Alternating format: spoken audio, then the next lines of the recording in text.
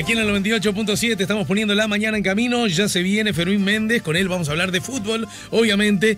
Pero ahora, tal cual lo hemos anunciado, pone la mañana en camino el doctor en filosofía, el teólogo, el docente, el investigador, el historiador, el ex embajador, el columnista de nuestro programa, el amigo Mario Cayota. Buen día y bienvenido, Mario.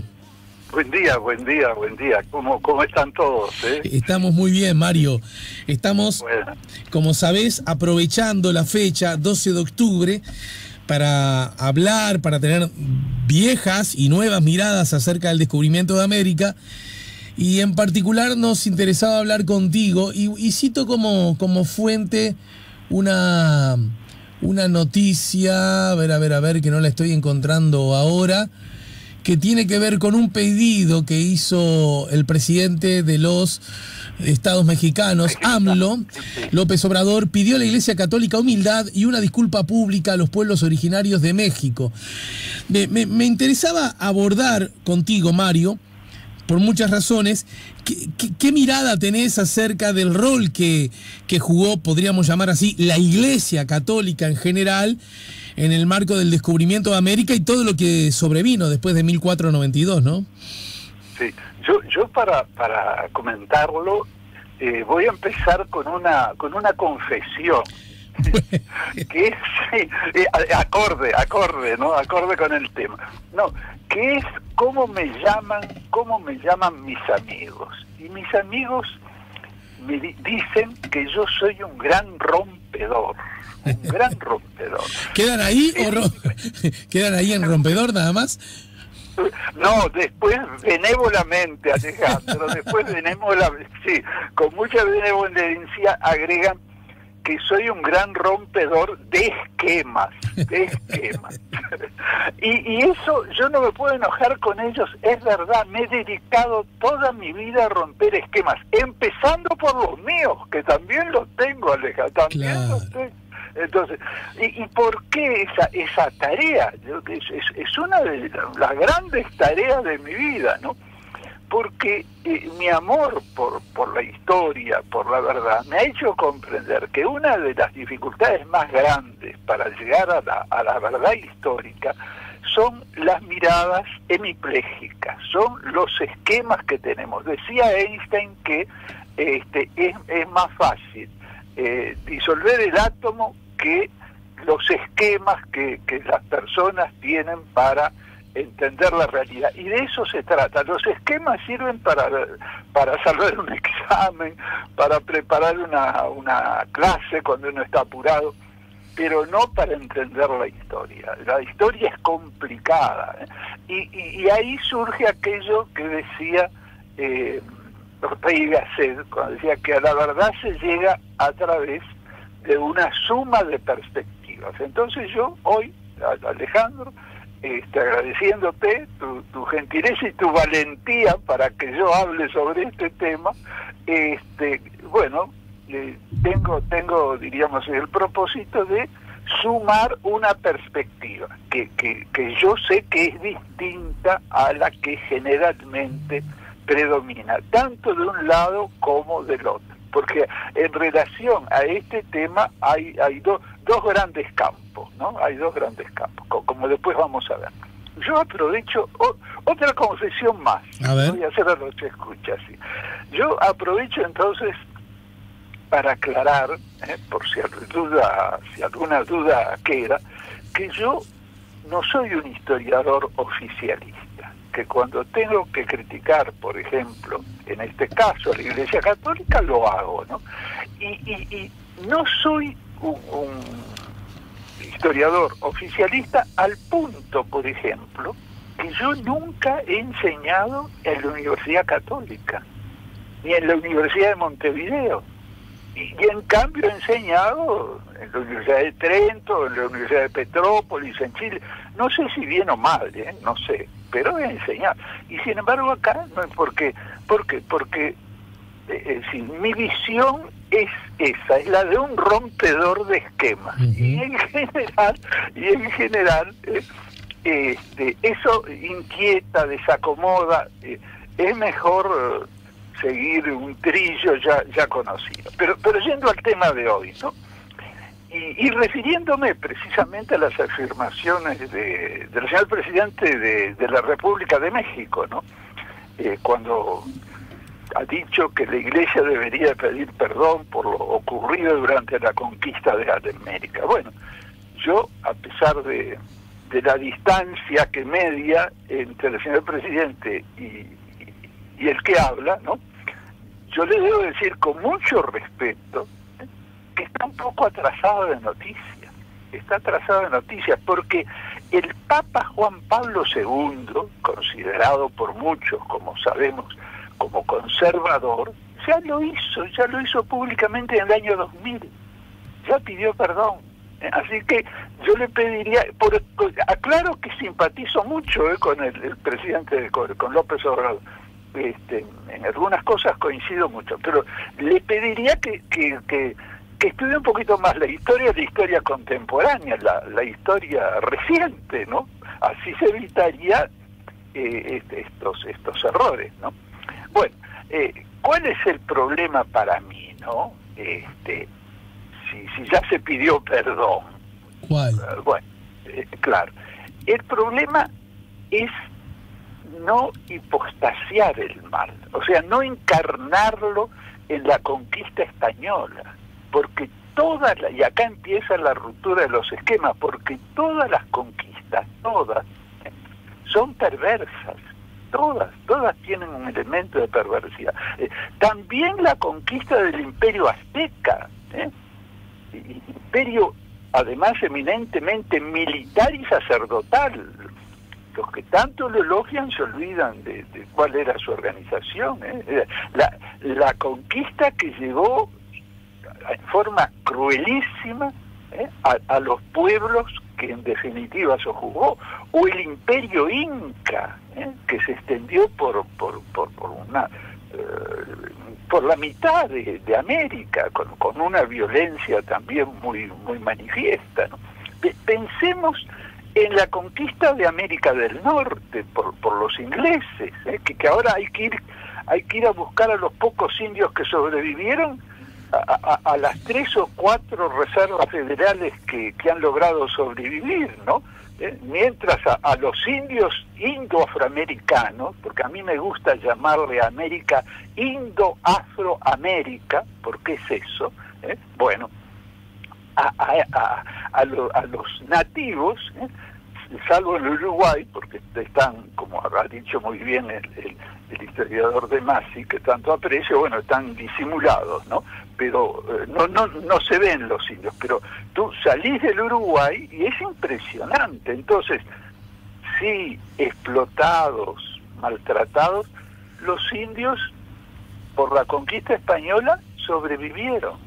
E incluso, como también lo dijo, y me alegró mucho escucharlo de una autoridad histórica como es Carlos, como es de Masi, con la independencia, con los gobiernos criollos, los indios quedaron en mucha peor situación que cuando... es más, en este momento, viste, ahí se me notan los 85 años, no recuerdo el nombre, pero son muy conocidos. Es un matrimonio, si ahora ya seguramente fallecieron, un matrimonio ecuatoriano, que cuando yo tuve oportunidad de estar allá en Ecuador, me mostraron, tenían todo un cuarto con documentos, con oficios originales de los gobiernos, se habían dedicado a eso, de los gobiernos criollos, con las cosas terribles que les hicieron a los indios, ¿no? En el tema de la tierra, ¿no? Es decir, perdieron las tierras que con mucho esfuerzo habían logrado conservar a través de sus comunidades, de la propiedad comunitaria, en la época de los españoles. Todas esas cosas no se saben. Ahora, con esto yo no voy a defender para nada la conquista española en absoluto, porque sí. Como dije, también es una conquista perversa como todas, ¿no? O sea que estás alineado en lo que comentó recién Carlos de Masi acerca que los criollos a los indios los trataron peor que el reino español. Sí, mirá, si tuviéramos, mira, podemos dedicarle todo un programa a traer esos ejemplos, de que los trataron, una cosa que impacta, porque según la versión histórica que conocemos, que por otra parte es la liberal, a la que después algunos, no todos, algunos marxistas también se subieron al carro, bueno, no, nos presentan las cosas de una manera diferente, pero es sobre todo la versión liberal la que nos da esta visión totalmente distorsionada, ¿no? Ahora, como dije, no, esto en absoluto es para justificar la conquista española. Clarísimo. Para quebrar el esquema que induce a pensar que solo la maldad estaba en esta conquista, ¿no? Ahora, tengo algo más para decir y que me parece que es importante, y es sobre la sistemática ocultación o ignorancia sobre las corrientes contestatarias que criticaron o se opusieron a la conquista. Ajá. Ahí está. Y yo en eso, que falta de modestia, no puedo decir que soy un especialista, porque después, como voy a decir, tengo muchos libros publicados. En el Uruguay no están, no se puede acceder a ellos. Pero he estudiado este tema muy a fondo. Y yo empiezo por un ejemplo más liviano, ¿no? Aunque hay otros mucho más fuertes. Siempre se dice, y yo lo decía también, que, y lo sigo diciendo, pero con la aclaración que después viene, que el Papa Alejandro VI, que era español, famoso, de Borgia, en 1492 repartió el Nuevo Mundo entre España y Portugal, lo cual es absolutamente cierto. Pero nunca he oído, Alejandro, que en la Universidad de Salamanca, que era la universidad más importante de la cristiandad, el egregio, porque así hay que llamarlo, el egregio catedrático Fray Francisco de Vitoria, enseñaba que el Papa no tenía derecho a repartir el mundo como si fuera una torta de cumpleaños. Ajá. Eso nunca nadie me lo dijo. ¿Quién dijo eso? ¿Quién fue el que expresó esa...? Francisco de Vitoria. Fray, en Salamanca. En Salamanca, nada menos, que era la Universidad Católica por antonomasia, ¿no? El fraile agrego que, por otra parte, y esto es reconocido tanto por creyentes como por ateos, fue el fundador del derecho internacional. El derecho internacional, porque hasta ese momento, ¿no?, nadie éticamente ponía en duda el derecho a la conquista. Tú planteaste muy bien mientras estabas hablando con De Masi, de alguna manera este tema. La conquista era el derecho del más fuerte.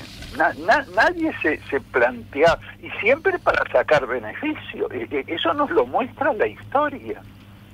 La primera vez que, no con mucho éxito, ¿no?, pero la primera vez que se plantea desde el punto de vista ético si es justo o injusto la conquista, la primera vez que se pone en tela de juicio el derecho de conquista es cuando el descubrimiento de América y los teólogos discutiendo. Después no les harán mucho caso, pero de todas maneras creo que para tranquilizar su conciencia, la corona española dicta todas esas leyes de defensa al indio, que, como muy bien señalaba también De Masi, no se cumplieron mucho, ¿no?, en Indoafroamérica, pero el tema se planteó. Pero todavía yo tengo algo más para decir. Tú perdóname, Alejandro. Adelante. Pero este es un tema para mí muy caro, en el que yo he trabajado bastante. Ya les digo, no sé si todo lo bien que correspondería, pero lo he trabajado mucho.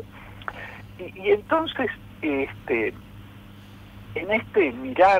esta mirada hemipléjica, ¿no?, a mí me parece que se deja de lado, ¿no?, llamémosle así, corriente profética que se dio aquí con el descubrimiento de América, ¿no? Yo diría la vigorosa y valiente corriente profética. Hoy la llamaríamos contestataria, corriente que denunció la explotación y la crueldad de la conquista. Y yo cito, en este sentido, lo que en el año 1992, al cumplirse los 500 años, dijo un esclarecido intelectual comunista, que tú conoces, porque era hombre de la cultura y hombre del teatro también, que es Roberto Fernández Retamar, ¿cómo no? presidente nada menos que de la Casa de la Cultura de Cuba, reconocida Casa de las Américas. Todos. Casa de las Américas, Casa de las Américas. Sí, ¿cómo no? Pero que es un referente cultural, por eso mi confusión. Y reconocido por todos, ¿no? Sus premios son apreciados por marxistas y no marxistas, por las derechas y las izquierdas. Bueno. Y dice textualmente Fernández Retamar: la conquista española, como toda conquista, fue perversa, pero tuvo una diferencia que la caracterizó, y fue la innumerable, resalto esto, la innumerable cantidad de heroicos frailes y sacerdotes que denunciaron su perversidad. Entonces, esto lo dice un autor insospechado de parcialidad. Claro. Yo espero, Alejandro, que los escuchas me comprendan, ¿no? Para terminar, entonces, sí, apoyándome en estas observaciones que estás haciendo, ¿por qué crees que esas distintas voces que cohabitaban en lo que podríamos llamar la Iglesia Católica son poco conocidas o incluso explícitamente acalladas? ¿Y quiénes han protagonizado eso? Buenísima pregunta la tuya, buenísima pregunta. Bueno, yo creo que en el caso de la Iglesia Católica hay muchos que son partidarios de la leyenda rosa, así como en el caso de las corrientes indigenistas, que también tienen sus aspectos positivos, ¿no? Son partidarios de lo que llaman la leyenda negra. Ahora, en el caso de lo que se da en el seno de la Iglesia Católica, ha prevalecido un esquema, mito, en el mal sentido de la palabra, porque hay mitos buenos, que visualiza la conquista como, y así lo dicen, como la unión de la cruz y la espada. Y entonces no solamente ahogan las versiones, los estudios historiográficos de hoy que rompen con ese mito, que rompen con ese, sino que ocultan toda esta corriente, porque cuidado, entonces, si uno descubre ese continente enorme de hombres que gritaban, porque así fue, gritaban contra las crueldades y la explotación, uno puede verle un parentesco con la teología de la liberación. Y eso para estos sectores es peligrosísimo. O sea, diríamos, criticar el sistema, desinstalarnos, mostrar las injusticias, es muy peligroso. Entonces, yo creo que esto excede el debate histórico, Bien. Para terminar, yo escribí un libro, ¿no?, que tuvo un resultado nada feliz, porque el libro se agotó enseguida, en el 92. Después quisimos imprimir otro, con la mejor buena voluntad en la imprenta Comunidad del Sur, ¿no?, de los que eran anarquistas. Muy bien, con un presupuesto bajísimo, y apurados porque queríamos que fuera para el 92. La hicieron muy bien, pero ¿qué pasó? En el apuro, en un verano tremendo, se olvidaron de pegar las hojas. Entonces, ese libro no está ahora no, la primera edición está agotada, y la segunda no está en los conventuales. La mayoría conocen lo que son los conventuales. Sí. pero no está en librería, ¿no? Yo tengo que ver la manera, a lo mejor, de repartirlo gratis para que conozcan esta otra visión, por aquello que decía Gasset, ¿no? De que con las diversas visiones se llega a la verdad. Yo no pretendo tenerla ni tener, por supuesto, la verdad revelada, pero me gustaría que vieran esta otra corriente que tiene implicancias para el hoy. Por eso yo me aferro y subrayo tu pregunta, ¿no? Tu comentario, porque ha sido muy inteligente en cuanto a las implicancias que esto tiene para el hoy. Y lo dejo por acá. Bien, y como siempre, dan ganas de seguir conversando porque estas reflexiones disparan también preguntas o inquietudes en otras direcciones. Te voy a despedir, Mario querido, pero antes de despedirte, permitime que lea un tramo de la carta que Andrés Manuel López Obrador le envía al Papa Francisco. La carta se la envía a través de su esposa Beatriz Gutiérrez Müller y en realidad tiene como objetivo solicitarle a préstamo algunos códices que los necesita México para el año próximo celebrar unas efemérides muy importantes que tienen que ver con la fundación de México y que tienen que ver con la independencia de México, ¿de acuerdo? Pero aprovecha, y cito textual, la instancia para decirle lo siguiente al Papa: aprovecho para insistir en que con motivo de estas efemérides, tanto la Iglesia Católica, la monarquía española y el Estado mexicano debemos ofrecer una disculpa pública a los pueblos originarios que padecieron de las más oprobiosas atrocidades para saquear sus bienes y tierras y someterlos desde la conquista de 1521 hasta el pasado reciente. Ellos merecen no solo esa actitud generosa de nuestra parte, sino el compromiso sincero de que nunca, jamás, se cometerán actos irrespetuosos a sus creencias, culturas y mucho menos se les juzgará o marginará por motivos económicos o racismo. En particular, pienso que sería un acto de humildad y a la vez de grandeza que la Iglesia Católica, independientemente del debate de si Miguel Hidalgo y Costilla fue excomulgado o no, reivindicara la gesta histórica del padre de nuestra patria, quien al ser acusado de hereje se defendió exclamando, y cita la voz del sacerdote Hidalgo, ¿no es cierto? Claro, sí. Que dijo Hidalgo: abrid los ojos, americanos, no os dejéis seducir de nuestros enemigos. Ellos no son católicos, sino por política. Su Dios es el dinero y las conminaciones solo tienen por objeto la opresión. ¿Creéis acaso que no puede ser verdadero católico el que no esté sujeto al déspota español? Esto es lo que decía Hidalgo.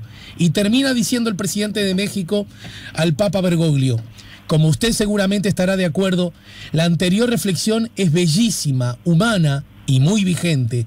Por eso me atrevo a expresarle: ¿no cree que en vez de afectar a la Iglesia Católica una referencia en honor a Hidalgo y Morelos, la enaltecería y causaría la felicidad de la mayoría de los mexicanos?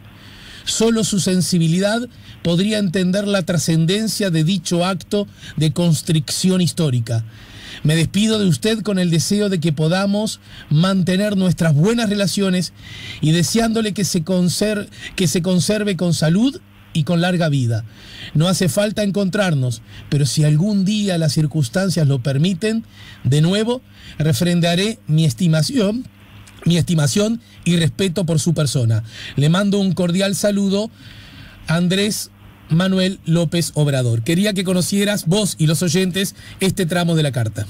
Claro, no, me parece muy bien dar a conocer la integridad, diríamos así, de esta carta en esa parte que has leído, porque los telegramas... Ahí está. Yo he escuchado mucho titular que además aprovechado por muchos para caerle al presidente de México por otros motivos. También, claro. Y la carta, cuando uno lee de punta a punta, advierte que el tono es muy otro y desde otro lugar lo hace. Sí, importantísimo tu aporte, realmente muy valioso. Además, te confieso, a mí me encanta porque soy un gran admirador de Hidalgo, que tiene un gran parecido con Artigas. No nos olvidemos que toda su revolución él la encabeza con la Virgen, con la imagen de la Virgen de Guadalupe. Bueno, algún día podríamos hablar de Hidalgo entonces también acá. Sí, cómo no, sí, excelente. Bueno, es una figura extraordinaria. Y podríamos hacer esos vasos comunicantes con Artigas según tu visión, ¿de acuerdo? Sí, cómo no, con mucho gusto. Te agradezco mucho, Mario. Vamos en esto. Bueno, un abrazo para todos los oyentes. Mario Cayota nos ayudó a poner La Mañana en Camino. Ya volvemos con La Mañana en Camino.